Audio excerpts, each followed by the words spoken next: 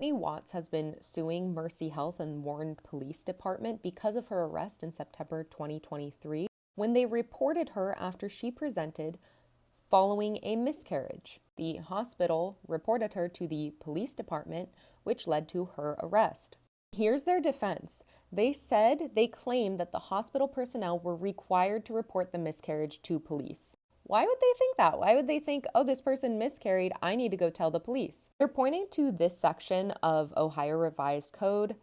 They leave out a section. So they say that any person who discovers a body, etc., needs to report the death immediately, to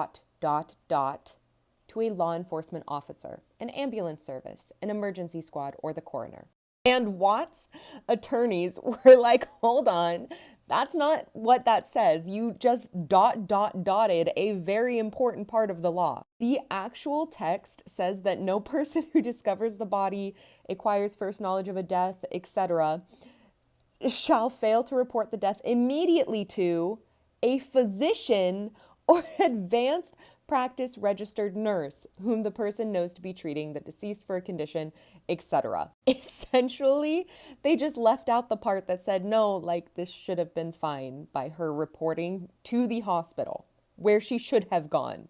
It is clear the law did not require them to call the police, even assuming for the sake of argument that the fetus delivered was a body. So regardless of that whole shitstorm of fetal personhood, her going to the hospital was fine and they did not have to call the police.